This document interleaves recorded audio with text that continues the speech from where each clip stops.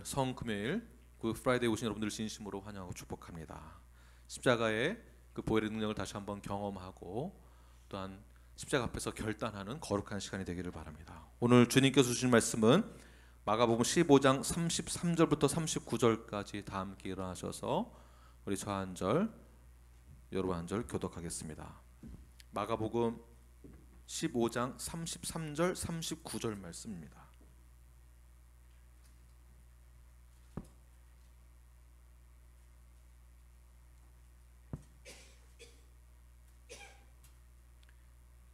마가복음 15장 33절부터 39절까지 제가 먼저 읽고 교독하겠습니다.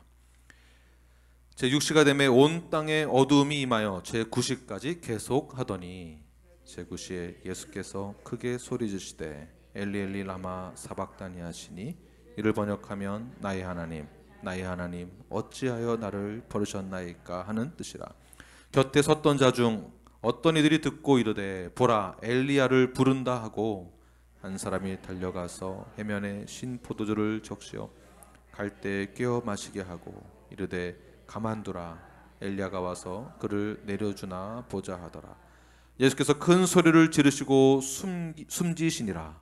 이에 성소 휘장이 위로부터 아래까지 찢어져 둘이 되니라. 함께 읽겠습니다. 예수를 향하여 섰던 백부장이 그렇게 숨지심을 보고 이르되 이 사람은 진실로 하나님의 아들이었도다 하더라. 아멘. 우리 자리 앉으시면 이렇게 인사하겠습니다. 주의 십자가를 기억합시다.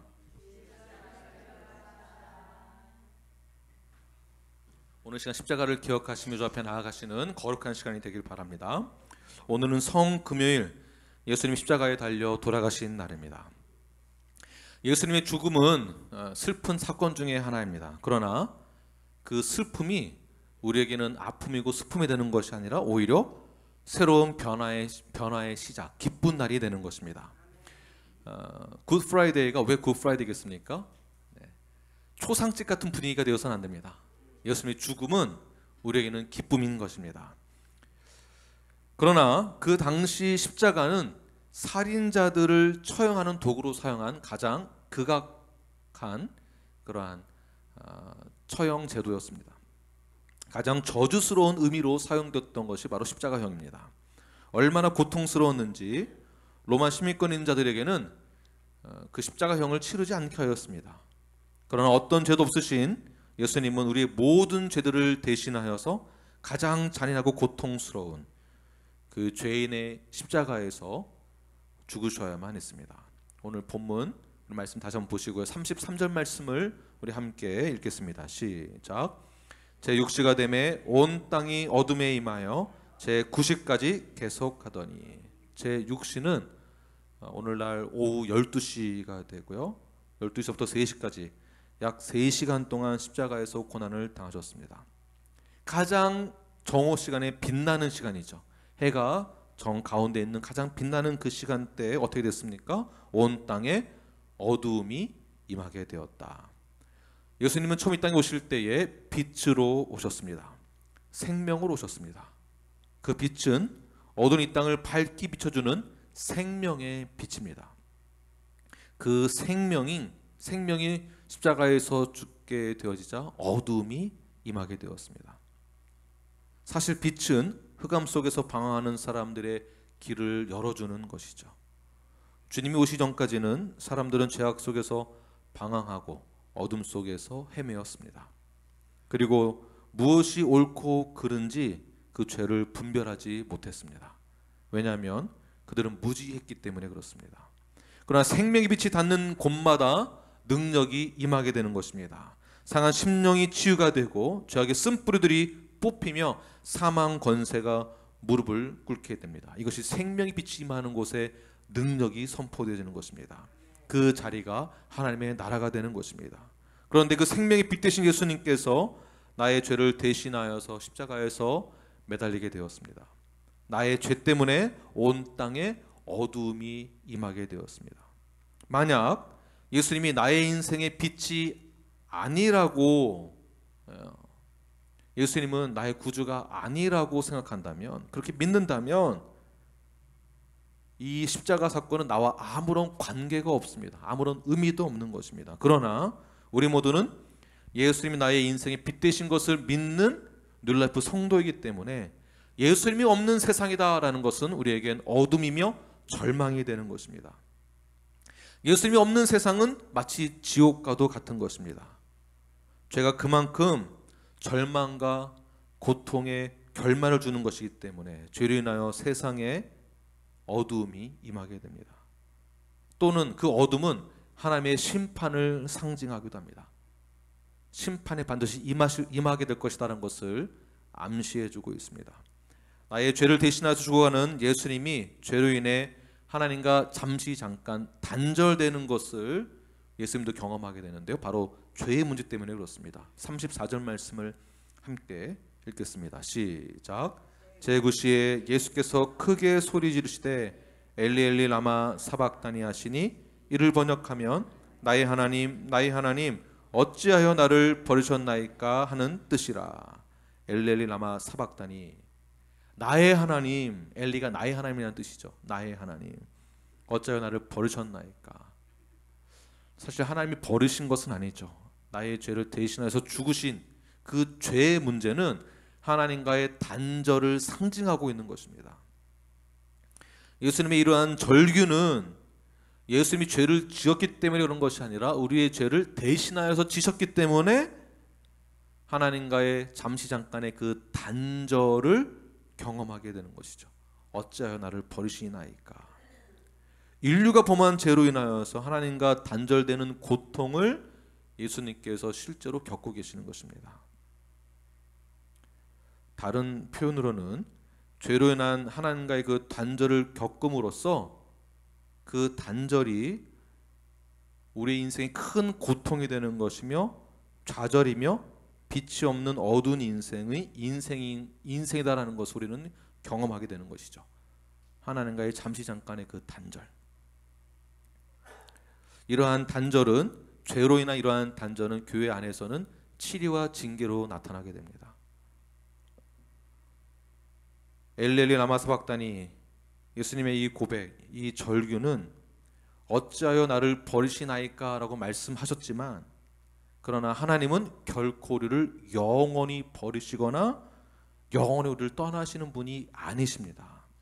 호세아서의 말씀처럼 하나님은 심판의 하나님인 동시에 하나님은 사랑의 하나님, 용서의 하나님, 회복의 하나님이신 것을 믿으시기를 바랍니다.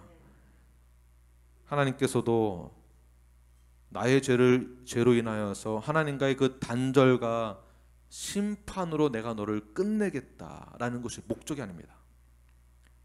단절이 있고 그리고 아픔이 있지만 그것은 죄 때문에 겪는 잠깐의 고통인 것뿐이지, 하나님 원하시는 것은 완전히 떠나시는 것이 아니라 회복을 원하신다는 것을 꼭 기억하십시오. 잠깐의 죄로 인한 이러한 하나님과의 단절은 오직 예수 그리스도가 우리에게 필요한 존재임을 더욱더 깨닫게 합니다. 나의 힘으로 할 수 없음을 깨닫고 주님을 의지하게 하는 것이 바로 잠깐의 죄로 인한 그 단절이 우리에게 필요한 것입니다. 즉 치리와 징계가 잠깐으로는 필요하다는 것입니다. 큰 죄, 작은 죄라는 것은 없지만 우리의 죄가 결코 가볍다라고 생각해서는 안 됩니다. 우리의 죄가 하나님과 단절할 만큼 그 죄가 크던 작던 우리는 신중하게 생각을 해봐야 합니다. 십자가 사건은 예수님도 감당하기 어려운 그 죄에 대한 문제만큼은 예수님도 감당하기 어려운 십자가의 사건입니다. 우리에게 그 죄의 문제가 다 해결되고 다시 찾아온 하늘의 영광과 하나님의 그 회복하심, 그 십자가 사건은 우리에게 결코 쉽게 다가오는 것도 아닙니다. 즉 여러분이 믿고 있는 신앙과 결단은 결코 쉬운 결단이 되어서는 안 됩니다. 나의 죄를 인정한다라는 것, 시인한다라는 것, 회개한다는 것이 얼마나 어려운 일입니까? 얼마나 자존심 상하는 일입니까? 그것도 예수님이 나의 모든 죄를 사하여 주시기 위하여서 십자가에서 죽으신 그 사건이 과거의 역사적 어떠한 그 사건으로만 기억된다면 우리는 예수님의 죽으심이 우리에게 있어서 무의미하게 받아들이게 될 것입니다. 그러므로 주님을 믿는다라는 것은 너무나 쉽게 고백되어지는 나의 입술의 고백이 되어서도 안 됩니다. 이러한 십자가 사건이 우리에게 있어서 진정한 믿음의 고백이 있다고 한다면 이러한 고백은 분명히 주변 이웃들로부터 비웃음거리나 조롱거리로 보여질 수 있습니다. 예수님이 십자가에서 나의 죄를 대신하여서 죽으셨다고? 그 사건을 믿는 자들은 모든 죄를 다 깨끗하게 씻음 받는다고? 영생을 얻는다고? 그것이 믿겨지느냐라는 조롱을 분명히 받게 될 것입니다. 35절 말씀 함께 읽겠습니다. 시작. 곁에 섰던 자 중 어떤 이들이 듣고 이르되 보라 엘리야를 부른다 하고, 예수님은 엘리야를 부른 것이 아니라 엘리라고 부르셨습니다. 하나님 부르신 것이죠. 자, 이 말은 주변에 있는 가장 기이한 초자연적인 현상을 목격하고도 가장 빛이 빛날 그 12시 정오에 어둠이 임한 기이한 사건을 보고서도 십자가 주변에 있었던 많은 사람들은 예수님을 조롱하는 것입니다. 엘리야를 부른다라는 것처럼. 36절에서는 한번 엘리야를 부르실 때에 엘리야가 그를 구원해 주는지 한번 보자라고 비웃음거리로 그 상황을 만들고 있습니다. 네, 그렇습니다. 우리가 예수를 믿는다고 한다라는 것은 예상하지 못한 상황 가운데 우리가 하나님의 섭리와 계획을 믿는다고 하면 세상 사람들은 우리를 예수쟁이라고 바보처럼 여길 수 있습니다. 어떻게 십자가에서 죽은 자를 믿을 수 있단 말인가? 어떻게 죄사함이 나에게 있다는 것을 믿는다고 할 수 있단 말인가? 어떻게 십자가에서 죽은 자가 나의 인생에 있어서 가장 빛날 왕의 왕이 될 수 있다는 말인가? 그가 부활할 수 있다는 말인가? 조롱거리가 될 것입니다. 그래서 우리는 그러한 조롱과 오해를 받고 싶지 않아서 우리가 믿는다라고는 하는데, 성도라고는 하는데 조롱과 비난을 받고 싶지 않은 마음에 우리는 교회를 다니면서 성도이면서 세상에서는 굉장히 쿨한 척합니다. 조롱할 것 같은 사람을 만나게 되면, 내가 조롱당할 것 같은 그러한 환경에 처하게 된다면 이렇게 표현하게 됩니다. 그래, 나 성도이기도 하고 교회 다니기는 하는데 그렇게 극단주의자들처럼 예수쟁이들처럼 그렇게 믿지는 않아. 나는 그렇게 열광하는 사람은 아니야. 성경에 좋은 내용이 참 많아. 그런데 이렇게 신비스럽고 말이 안 되는 것은 나는 믿지 않아. 나는 적당히 믿고 있어. 나는 그들과 다른 정상적인 사람이야. 나는 쿨한 사람이야. 나를 예수쟁이로 쳐다보지 마. 나는 정상이야. 조롱과 비난을 받는 것에 대해서 부담스러워하거나 그로 인하여서 나 자신을 신앙생활을 할 때 합리화시키는 것을 볼 수가 있습니다. 현재 본문에서 십자가 주변에 있는 사람들이 어둠에 짙게 깔려있는 기이한 현상을 보고도 믿지 못하는 어둠에 속한 자는 무지한 자입니다. 어리석은 자들입니다. 그 어리석은 자들은 우리가 믿는 그 믿음의 고백, 믿음의 대상에 대해서 전혀 알지 못하는 자들입니다. 우리가 그들의 비유를 맞출 필요는 없습니다. 진정한 나의 믿음은 나의 입술의 고백에서부터 나오는 예수님의 나의 모든 죄들을 사하여 주시고 그가 죽으시고 부활하시고 승천하셔서 다시 오실 예수 그리스도 메시아이심을 믿는 우리의 믿음의 고백은 존귀한 것입니다. 하나님께 영광 돌릴 만한 가장 위대한 사건 중에 하나, 바로 십자가 사건을 믿는 것. 그 믿는 자들이 모이는 것이 바로 우리 뉴라이프 교회입니다. 그리고 예수님께서 그 수많은 조롱거리가 되어 있는 그 자리에서 예수님은 크게 소리를 지르시며 숨지시게 됩니다. 37절 말씀 함께 읽겠습니다. 시작. 예수께서 큰 소리를 지르시고 숨지시니라. 여기서 큰 소리란 고통 가운데에 소리를 지르는 비명이나 고함이 아닙니다. 여기서 큰 소리란 어떠한 대상을 향해서 지르는 소리예요. 그러니까 분명한 어떤 목적이 있는 소리. 이 소리는, 이 간구는, 이 큰 소리는 하나님을 향한 마지막 간구입니다. 누가복음에서는 이렇게 표현하고 있습니다. 23장 46절 말씀을 우리 함께 읽겠습니다. 시작. 예수께서 큰 소리로 불러 이르시되 아버지 내 영혼을 아버지 손에 부탁하나이다 하고 이 말씀을 하신 후 숨지시니라. 단순히 비명이 아니죠. 마지막 예수님의 죽음을 눈앞에 두고 남긴 말은 굉장히 심플합니다. 아버지 내 영혼을 아버지께 맡기겠다, 부탁하겠다, 의탁하겠나이다. 마지막 그 순간에 나의 인생의 주인이 나 자신이라고 믿는 자들은, 그렇게 생각하시는 분들은, 그렇게 생각하는 세상은 그의 인생의 마지막은 비참하게 될 것입니다. 예수님처럼 죽음의 그 순간까지도 하나님께 의탁하는 것, 맡기는 것, 부탁하는 것, 이것이 여러분의 인생이 되기를 간절히 축원합니다. 그때 하나님께서 여러분의 인생을 책임지게 되는 것입니다.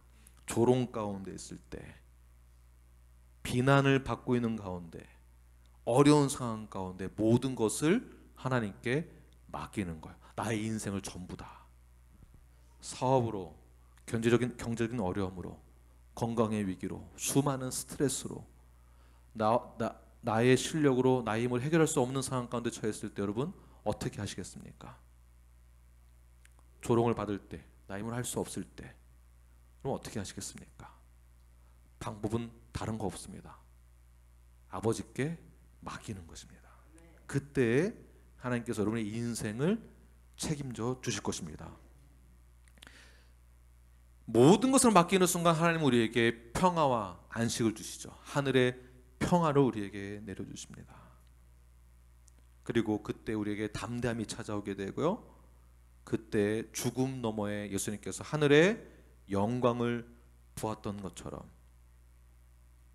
하나님께서 나와 함께 동행하시는 것을, 죽음 너머에 하나님과 그 동행을 보았던 것처럼 우리들도 모든 삶을 주께 맡겼을 때에 그 문제 너머에 주님께서 나와 함께 하심이, 주님께서 나와 함께 동행하심을 우리는 경험하게 될 것입니다.